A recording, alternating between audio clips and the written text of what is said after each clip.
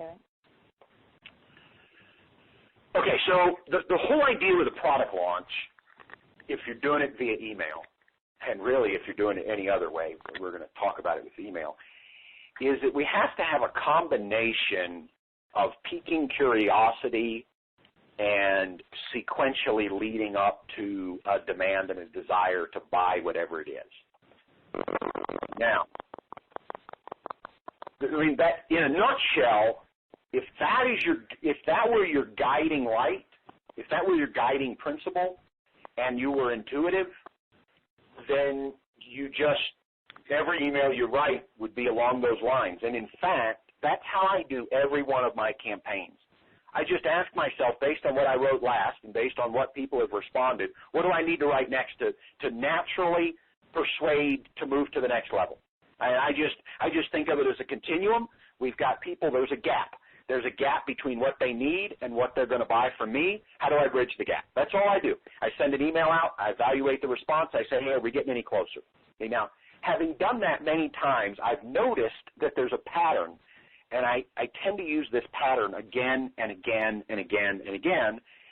And so I'm going to share that pattern with you, but I want to let you know that it's not the pattern that makes the success. The pattern is just a shadow of success, and it happens to be what I happen to use over and over and over again. So if you take the pattern and you don't take all the why behind it, you'll probably just have a copycat campaign that will fall flat.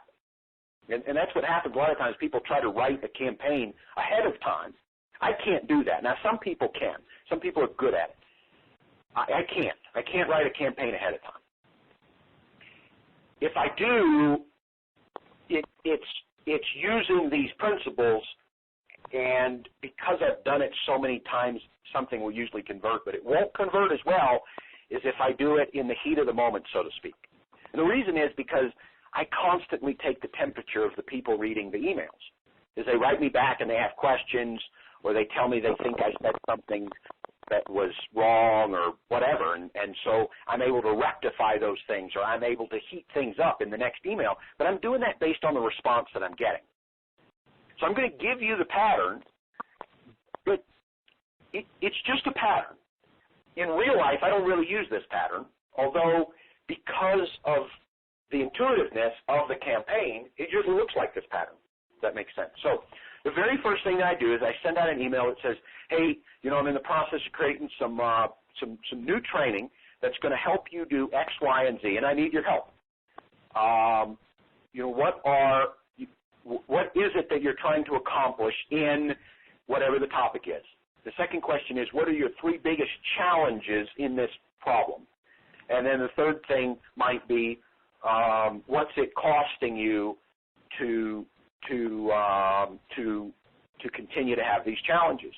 And just please hit reply. I promise to personally respond. That's the first step. And you notice that that's actually the first step of the launch itself. Now, you may say, well, that's the market research. Yeah, that's the market research. And if you did the market research 2 months ago, you probably want to send the exact same email again when you're doing the launch, because that email makes people think about whether or not they might want what you have. Now, I have almost always done product launches in a 7-day period of time or less, meaning I cannot ever remember a time when I sent that email out and then taken 2 months to create something. I send it out on whenever, Monday afternoon, get the responses Monday evening, write the next email Tuesday, write the pre-launch email Wednesday, launch it Thursday morning, send another email Thursday afternoon, send another email Thursday night, send a couple emails Saturday, and then if I'm doing a 2-week launch, then I push it the following week. But I'm just getting it out there. Okay, now, it doesn't make any difference, though, if you do that, and then that was 2 months ago, and it takes you 2 months to create it, then all you do is you recreate that same email, you just send it out again. Because what will happen is it will create an awareness that there's a problem. So you have 1,000 people on your list, and 100 of them have an awareness now of the problem, even if they don't respond to you. You see, that email itself is part of my launch. And so then what I'll do is I'll write them back the next day, and I'll say, wow, thank you so much for helping out. And then I'll usually copy and paste some people's responses. You know, some people told me they're challenged with this. Some people have told me they're challenged with that. And then depending on how I feel, just my gut feeling, I might do one of two things. I might say that within a few days I'm going to have some training out that's going to solve these problems. I might just say that. Or, depending on how I feel, it's all about how I feel. When I'm writing an email campaign, for me it's very emotional. It's very emotional because people buy, or their desire to buy is heightened by emotion. And when you're doing interruption marketing, which means that you are interrupting their daily life to say, hey, buy this, you've got to tap into some emotion. You know, this isn't like somebody coming to your website and saying, I have a problem and now I want to buy it. So, for example, let's think about apples in a grocery store. If I think I'm hungry for an apple and I drive down to the grocery store, I don't even need a sign on the apples to tell me they're apples. I just walk up to the counter and I go, oh, those are apples. Let me pick one and go buy it. Now, if, however, I'm at the county fair and I'm walking around and there's an apple vendor, he's going to have to do something to get my attention. You know, he's going to have to take one of those apples and cut them up in weird ways or you know, send some kid out in front of me with a slice of apple and say, please try the apple. He's going to have to interrupt me. And I'm going to have some emotion. And if that kid with the apple can get me to laugh, I'm probably going to buy the apple. But if when I go to take that slice of apple from the little kid, some other little kid runs over and sideswipes me and I fall down and I scratch my knees and I have dirt all over me and I'm angry and I'm embarrassed, am I buying any apples? No.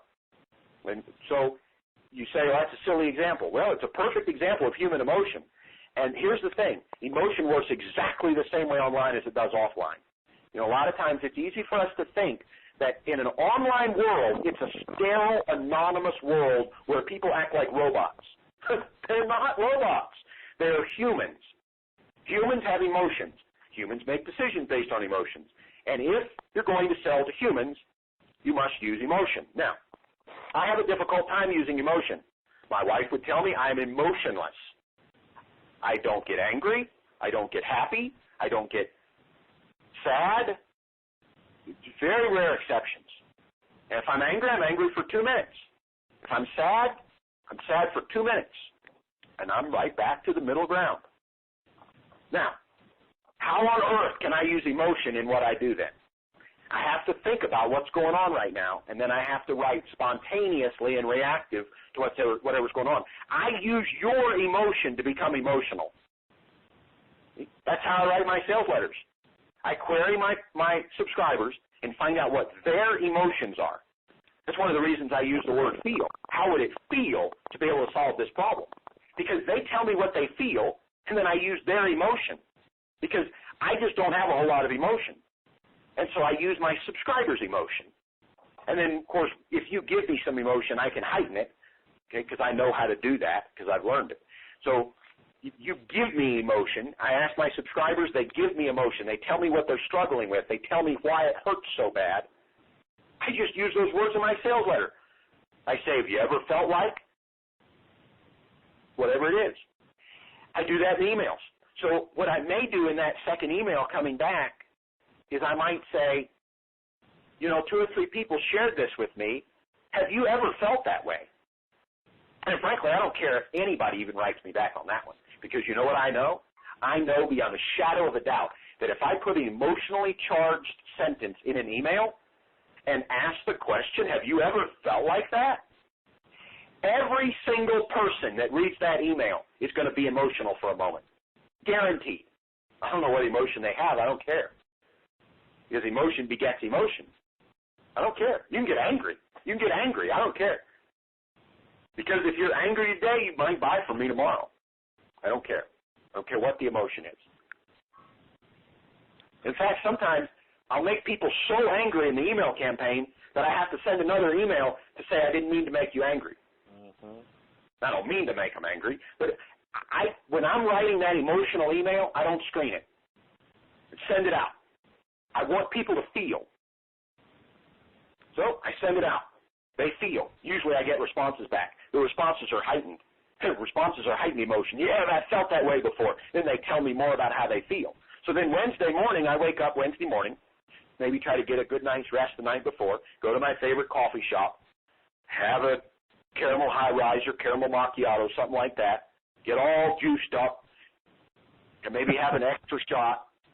They have my oatmeal. Maybe I've had some eggs. I'm feeling good. And I sit down, and I reread everybody's emotion. I get myself emotional. And then I write the sales letter. And so then once the sales letter is written, a lot of times right in the middle of the sales letter. Why? Because I'm emotional in the middle of the sales letter. I turn on the email, and I send an email out that says, I'm excited. I'm excited, because I am. I'm excited now. And because I'm writing while I'm excited, my email is going to sound more excited. I don't know how that works. Somehow it does. So I write an email that says, I'm really excited. You know, a couple of days ago, you were telling me an X, Y, and Z. Well, I've done it. I went to the grindstone, and I've worked late for the last couple of days, and I have pulled it together. I have training that's going to teach you how to do X, Y, and Z, and I've decided I'm going to launch it tomorrow morning. And then I'll usually put some kind of scarcity in. If I'm launching it for the first time, I'll probably put some scarcity into it. I'll say, here's what I'm going to do. For the first 100 people, or for the first 35 people, or the first whatever, there's going to be special charter pricing. If you want to get in on the charter pricing, click here. And then I let my autoresponders set things up so I know who everybody that clicked there. Tomorrow, an hour before everybody else gets the email, the charter clients are going to get first come, first served. Okay, now, if I do a charter offer where I've done a build-up, the charter hour sells really well. The next hour sells really bad. That's just me. Okay, some people, they do launches and they're strong all day long. Okay, remember, I don't use any kind of scientific formula. A lot of these people out there, they use all these long-winded scientific formulas and these special copywriting formulas. I don't use any of it. I just use pure emotion, just like I just shared with you. That's all it is. It's just emotion meeting you where you are. That's it. I'm just meeting you where you are. I'm meeting you where you are, and I'm steering you where I want you to go. That's it. Nothing special, no copywriting, nothing. Okay. What normally happens at this point is that the people that did not sign up for the charter offer don't buy right now. The people that sign up for the charter offer, they buy if they saw the email early. If they saw it later, then the conversion rate tends to go down. Okay, now, at this point, there's a fork in the road, except it's like a reverse fork. Sometimes I don't do a pre-launch. In fact, most of the time I don't do them anymore. And what I've discovered is that if I don't do a pre-launch, I don't get those initial charter sales, well, because I don't send a pre-launch email out. And true to form, I don't make any sales the first few hours when I send the first email out. You may say, boy, that's a bad sign. But here's what I've discovered, like clockwork, is if I send another email out 4 or 5 hours later, that in the email I talk a little bit about the product, it sells like hotcakes. Okay, now, I don't know why that happens. My guess is it has something to do with people reading the copy, not being compelled by my copy because I'm not a great copywriter. I just tell you what it is, and it is what it is. You buy it if you want.